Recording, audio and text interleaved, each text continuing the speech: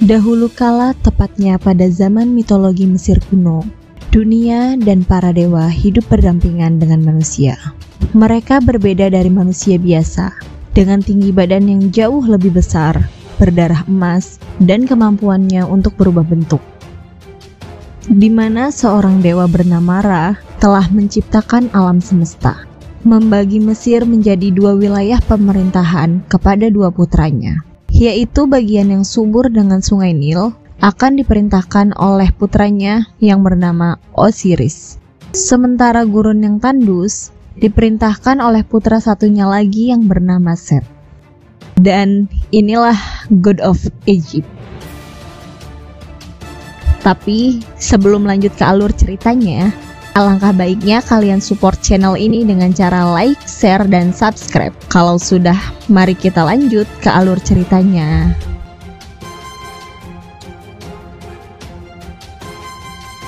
Kisah diawali dengan diperlihatkannya seorang pencuri muda bernama Bek yang sedang dikejar-kejar oleh seorang pria karena sudah mencuri sebuah gaun antik milik pedagang di pasar.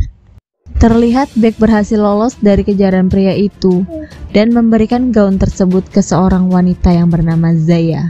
Zaya adalah pujaan hati Bek. Bek terpaksa mencuri gaun tersebut sebagai hadiah kepada kekasihnya karena ia tidak mampu untuk membelinya. Dan gaun tersebut akan Zaya pakai pada hari penobatan Horus putra Osiris.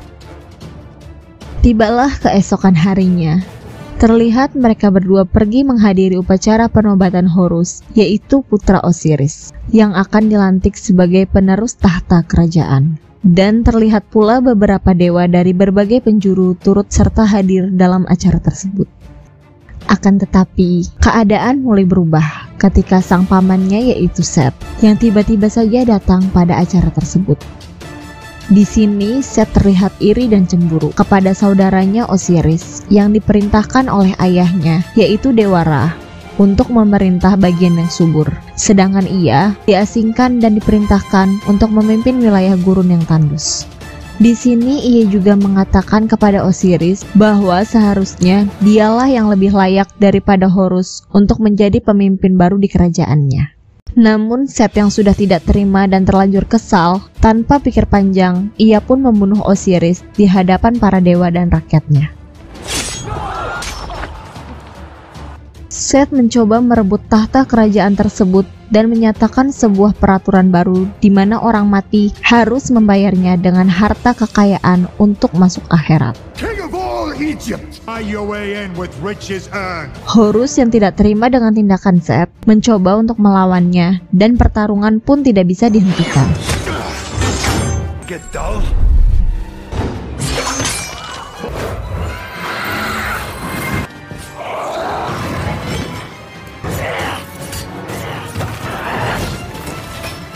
Set yang tahu akan kelemahan yang dimiliki Horus, ia mencoba membuat pandangan Horus tak fokus dengan pancaran cahaya yang sangat terang.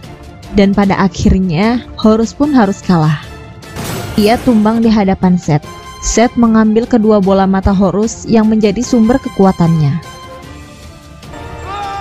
Di sini Horus hampir dibunuh oleh Set. Namun kekasihnya Dewi Hathor memohon kepada Set untuk tidak membunuhnya. Hathor mengatakan bahwa ia akan tunduk atas segala apapun yang diperintahkan Set, asalkan Set tidak membunuhnya. Set pun setuju dengan perkataan Hathor. Ia mengangkat Hathor sebagai istrinya, dan Horus pun diasingkan di sebuah tempat kuno di gurun yang tandus. Bertahun-tahun telah berlalu, dan semenjak di bawah pemerintahan Set, Mesir yang dahulunya makmur, kini menjadi semakin tandus dan gersang. Kemiskinan merajalela akibat Set yang terus-menerus menjarah kekayaan di berbagai wilayah. Dewa-dewa telah berguguran akibat menentang pemerintahan Set. Para manusia di sana dijadikan budak tanpa dibayar sepeser pun. Di sini Bek yang telah bekerja sebagai budak monumen bangunan mencoba menemui Zaya kekasihnya. Di sana Zaya bekerja sebagai asisten utama kepala arsitek yang bernama Ursu.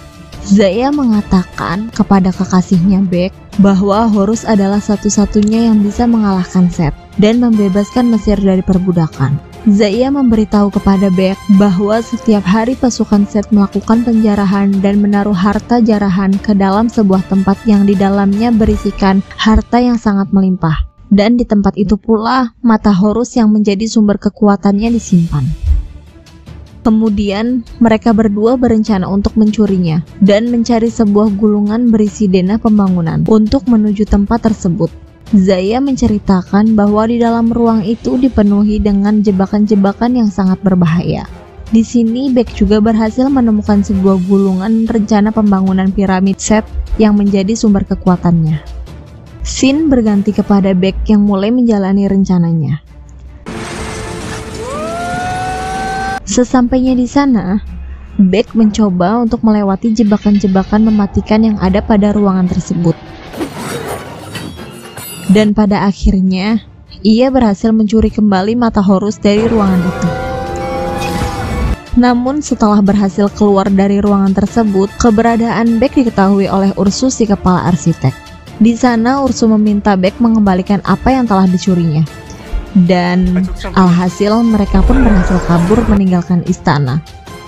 Namun selama masa pelarian, Zaya terkena busur panah yang dilepaskan oleh Ursus tepat mengenai bahu yang tembus ke jantungnya. Zaya pun tewas seketika tepat di pelukan kekasihnya. Lalu, Beck membawa tubuh Zaya ke Horus yang kini sudah buta dan membuat penawaran kepada Horus. Beck mengatakan jika Horus dapat menghidupinya lagi, maka matanya ini akan diberikan kepadanya. Di sini ia juga mengatakan tentang cara menuju piramida Seth yang menjadi sumber kekuatannya. Dengan perbincangan yang sedikit kasar, pada akhirnya Horus menyetujui dan berjanji kepada Beck bahwa ia akan menghidupkannya lagi sebelum Zaya mencapai gerbang terakhir. Kemudian Horus dan Beck mencoba mendaki sebuah tempat tinggi, di mana Horus memohon kepada kakeknya yaitu Dewara agar diberi kekuatan sementara untuk terbang ke langit menuju tempatnya. Sesampainya di sana, ia menceritakan semua kejadian yang ada di kerajaan dan meminta kepadanya agar diberi kekuatan untuk melawan Seth. Namun Horus tidak dapat meyakinkannya. Di sini Dewara juga berkata bahwa ia juga tidak suka dengan cara Seth memimpin. Namun ia tidak mau ikut campur atas konflik mereka. Oleh karena itu, Dewara hanya bisa mempercayai Horus dan menyuruhnya agar mencari kekuatan jati dirinya sendiri agar ia dapat mengalahkan Seth. Sebelum meninggalkan kakeknya, Horus meminta sedikit air suci untuk memadamkan sumber kekuatan Seth dan memohon sekali lagi agar diberikan kekuatan untuk pulang. Scene berganti kepada Seth dan pasukannya yang sedang menyerang kerajaan Dewi Nephthys. Nephthys yang menentang Seth. Seth dengan teganya langsung memotong sayap Nephthys dan mengambilnya. Di tempat lain, Horus dan Beck baru saja mendarat di sebuah bukit. Namun, ketika mereka berdua sedang menelusuri sungai, keberadaan mereka berhasil diketahui oleh pasukan Seth. Akhirnya mereka pun bertarung.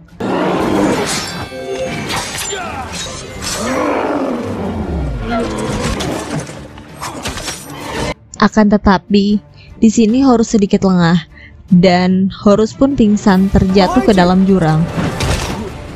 Untung saja Beck berhasil menyadarkan Horus. Akhirnya mereka berdua pun berhasil selamat.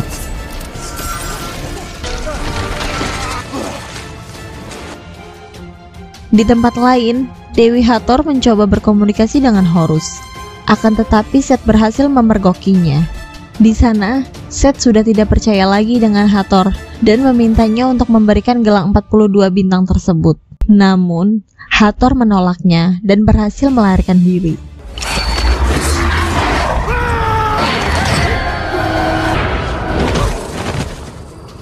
Kembali lagi kepada Horus dan Beck yang sedang dikejar-kejar oleh 2 ekor ular raksasa.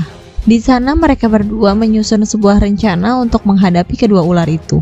Walaupun sedikit kewalahan, mereka berdua akhirnya berhasil mengalahkan salah satu ular tersebut.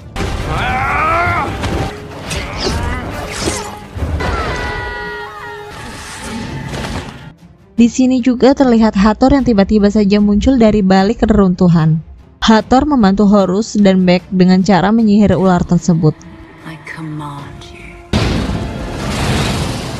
Setelah pertarungan berakhir, mereka berdua menceritakan tentang rencana mereka mengenai piramida Seth yang menjadi sumber kekuatannya kepada Hathor. Namun, Hathor memperingatkan mereka tentang Sphinx, si pelindung piramida, yang akan membunuh siapa saja jika tidak bisa memecahkan teka-tekinya. Alhasil, mereka pun menuju ke persembunyian Thoth, si dewa jenius. Setibanya di sana, ia berusaha merayu Thoth dan berhasil merekrutnya untuk memecahkan teka-teki itu. Scene berganti kepada mereka yang sudah tiba di piramida Set. Terlihat Beck dengan lincahnya memasuki piramida itu dan berhasil menghentikannya. Kemudian mereka bertemu Sphinx dan mencoba menjawab teka-tekinya. Dengan beberapa jawaban, akhirnya mereka bisa mengatasi teka-teki tersebut. Lalu mereka melanjutkan kembali perjalanannya untuk mencapai sumber kekuatan Set. Namun, setibanya di sana, Horus dan Hathor terkena perangkap yang sudah terpasang di sekitar sumber kekuatan Set. Di posisi ini juga Set tiba-tiba datang dan membunuh Thoth dengan mengambil otaknya. Lalu Beck yang akan menuangkan air suci berhasil dihentikan oleh perkataan Set.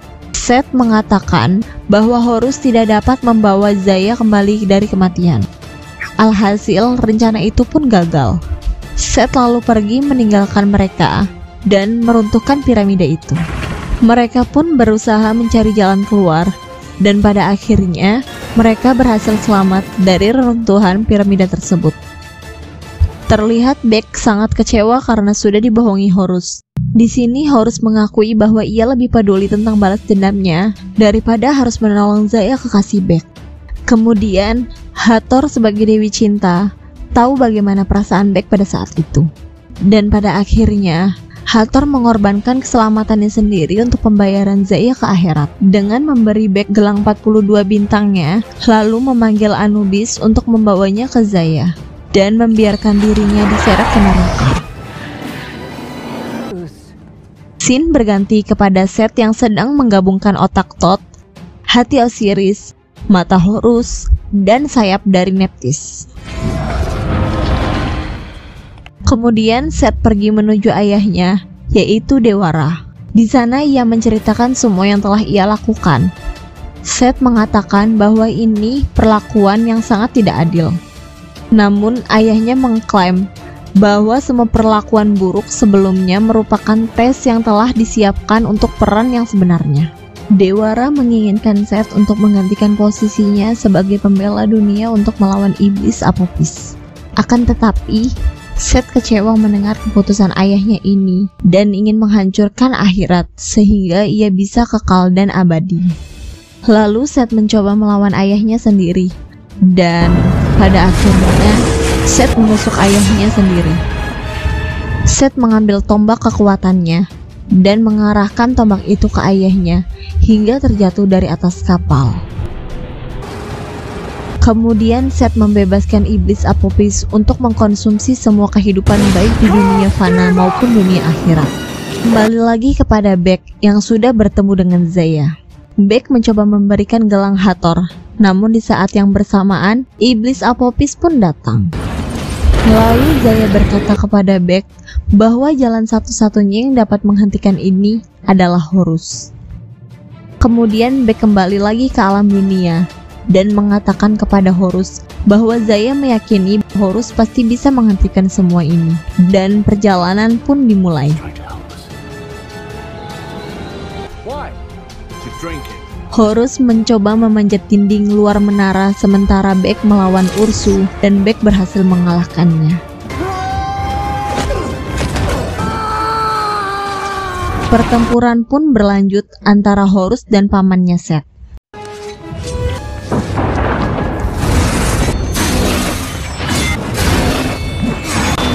Di sini Horus terlihat kewalahan dalam menghadapi pamannya dan hampir saja terbunuh.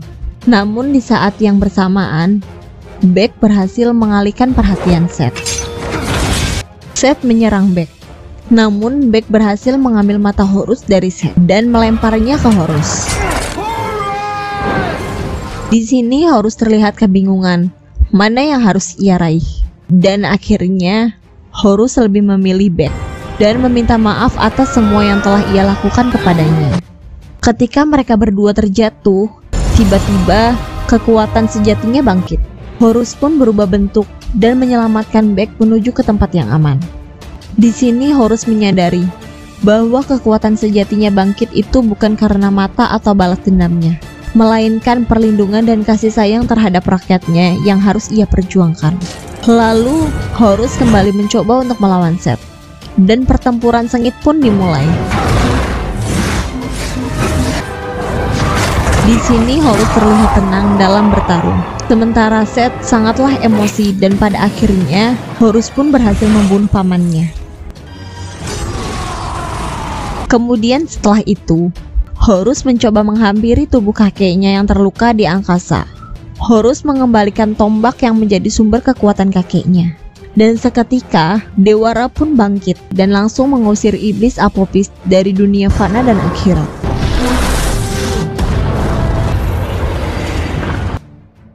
Lalu Horus yang kembali ke Beck, ia disambut baik dengan rakyatnya. Terlihat pula seorang anak mengulurkan mata milik Horus yang telah ia temukan. Akan tetapi, kegembiraan Horus berubah menjadi kesedihan saat ia tiba-tiba menemukan Beck yang sekarat karena luka yang dideritanya. Beck menghembuskan nafas terakhirnya di hadapan Horus. Kemudian Horus membawanya ke sebuah peti dan meletakkannya di samping Zaya.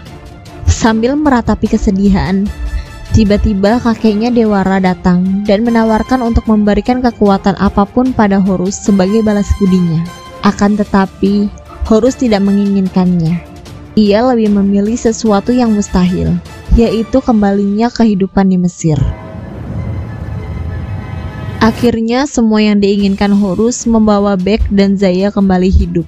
Terlihat juga para dewa dihidupkan kembali, dan Horus dinobatkan menjadi Raja Mesir. Horus membuat peraturan baru. Ia menyatakan bahwa penembusan akhirat tidaklah lagi diperoleh dengan harta, melainkan dengan cara berbuat kebaikan di dunia. Kemudian, film ditutup dengan Beck yang sudah dijadikan kepala penasihat kerajaan sedang mengembalikan gelang milik Dewi Hathor kepada Horus. Di sini Horus menitipkan kerajaannya kepada Beck, lalu ia pergi meninggalkan Mesir demi menyelamatkan kekasihnya tersebut. Jadi kurang lebih seperti itulah alur film dari God of Egypt ini guys. Gimana menurut kalian? Jangan lupa like-nya ya. Saya Dika Cirebon pamit undur diri. Dan bye-bye. Sampai jumpa di video selanjutnya.